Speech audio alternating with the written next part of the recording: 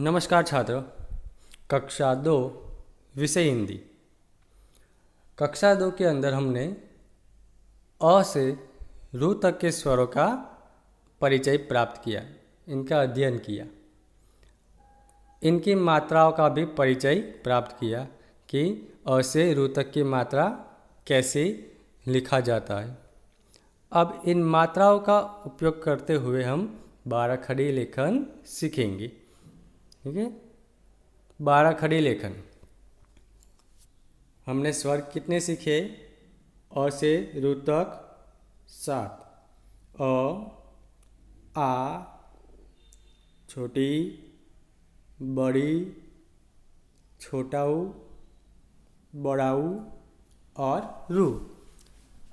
अब जब हमने ये स्वर का परिचय प्राप्त किया था तब इन सभी स्वरों की मात्राओं के बारे में भी सीखा था, याद है ना? तो अ की मात्रा है, नहीं है। आ की काना, छोटी ई की ह्रस्वई, बड़ी ई की दीर्घई, छोटे ऊ की ह्रस्व ऊ, बड़े ऊ की दीर्घ ऊ। और रू की मात्रा कैसी थी? नीचे सी बनाते थे, रकार। ठीक है, तो यह हुई अ से रू तक की मात्राएं।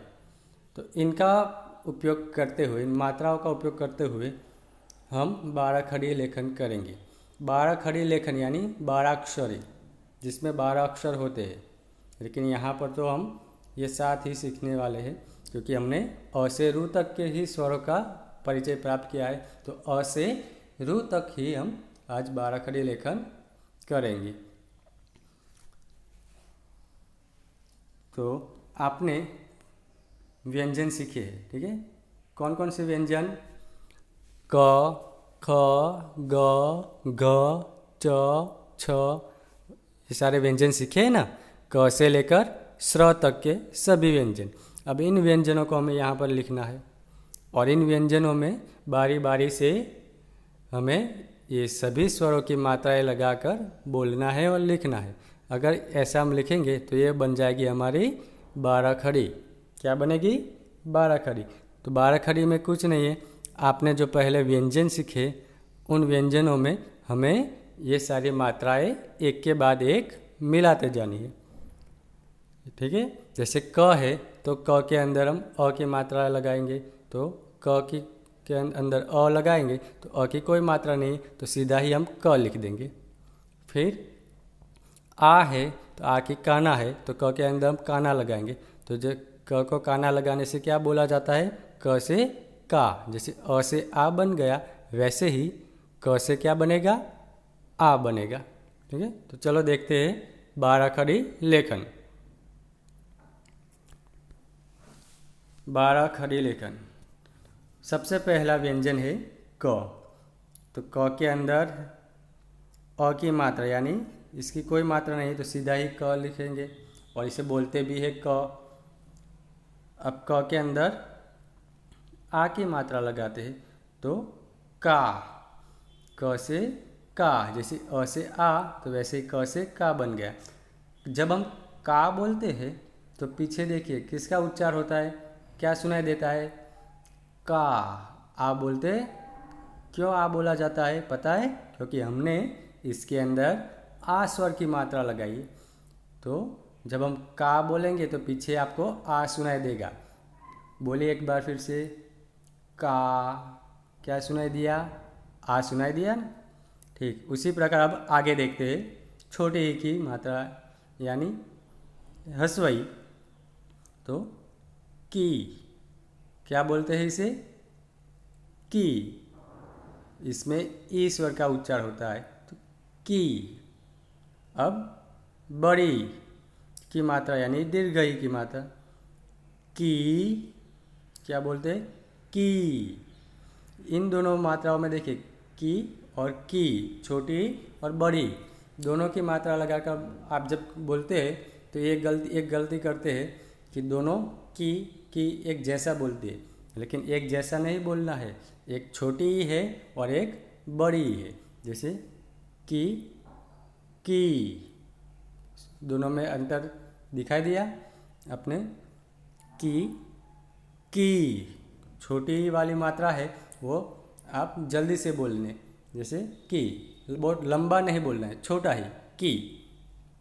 और बड़ी की मात्रा लगाकर जब की बोलते हैं तो उसमें इसका उच्चार कैसे होता है, की, जैसे की। आप बोलने से ही आपको पता चल जाना चाहिए कि ये छोटी की मात्रा इसमें लगाई है या बड़ी की। अब इसके बाद आगे बड़ा छोटा ऊ यानी ह्रस्व ऊ कु, और बड़ा ऊ यानी दीर्घ ऊ कु।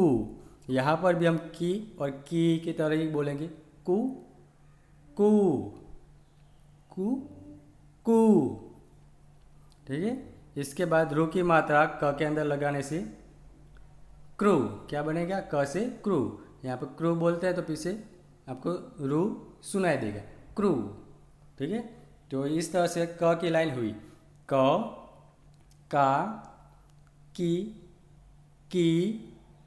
कु, कु और क्रू। अब क के बाद दूसरा व्यंजन आता है ख। तो ख के अंदर ख, खा, खी, खु, खू, ख्रू। इस प्रकार से ख वाली लाइन हुई। इसके बाद ग वाली लाइन, ग, गा, गी,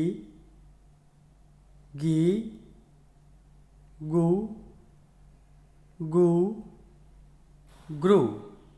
इसके बाद ग, गा, गी, गु, ग्रू। इसके बाद च, चा, ची, चू, च्रू। तो ये क से च तक की 12 खड़ी हुई। अब इसी के आगे छ, छा, छी, छु, छ्रू। इसके बाद ज, जा, जी, जू, ज्रू। ज के बाद ज, जा, जी, जू, ज्रू। इसके बाद ट वाली लाइन, ट, टा, टी, टू, ट्रू। फिर ठ, ठा, ठी, ठू, ट्रू। फिर ड वाली लाइन, ड, डा, डी, डू, ड्रू। ड के बाद ड, डा, डी, डू, ड्रू। ड के बाद अण, अणा, अणी,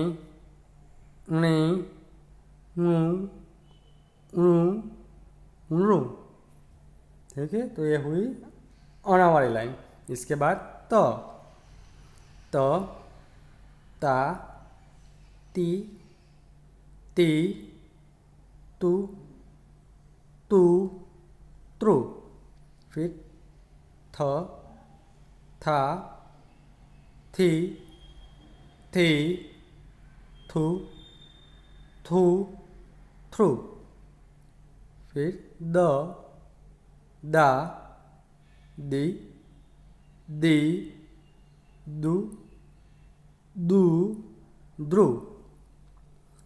इसके बाद है द, दा, दी, दी, दू, दू, द्रु।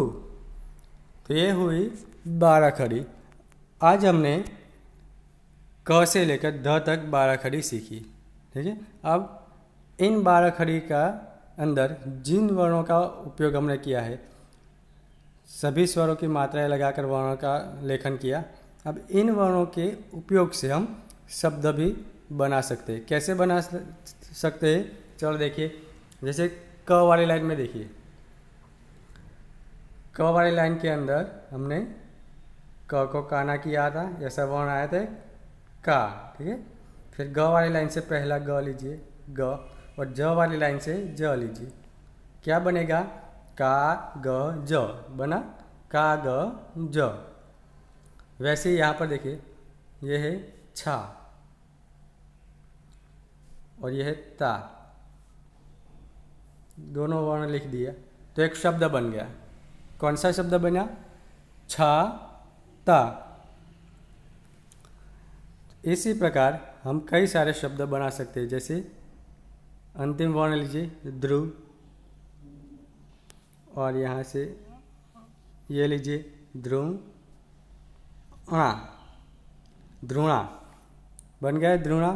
तो हम इसी प्रकार के शब्द बना सकते हैं। 12 खड़ी के वर्णों का ही उपयोग करते हुए हम कई सारे शब्द बना सकते हैं। आप हिंदी की किताब देखना, इसके अंदर जो वाक्य आप होंगे, इन वाक्यों में वर्ण देखना, तो ये 12 खड़ी वाले ही होंगे।